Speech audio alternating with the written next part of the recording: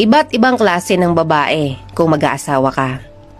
Kapag nag-asawa ka ng babaeng independent at business-minded, accept the fact na hindi niya maaasikaso ang bahay niyo 24/7.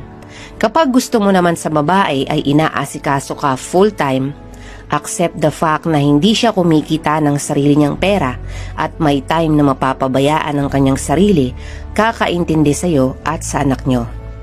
Kapag gusto mo ng babaeng makinis, maputi, at chicks na chicks, accept the fact na kapag inasawa mo yan, kailangan mong sagutin ang lahat ng expenses niya sa beauty products to maintain her beauty. Kapag gusto mo ng babae na hindi ka bubungangaan, make sure na itatrato mo siya ng tama at tutulungan sa mga gawain. Kapag gusto mo sa babae na supportive siya sa'yo at hindi pinaghihigpitan, make sure na alam mo ang limit para magkaroon siya ng mas malaking tiwala sa'yo.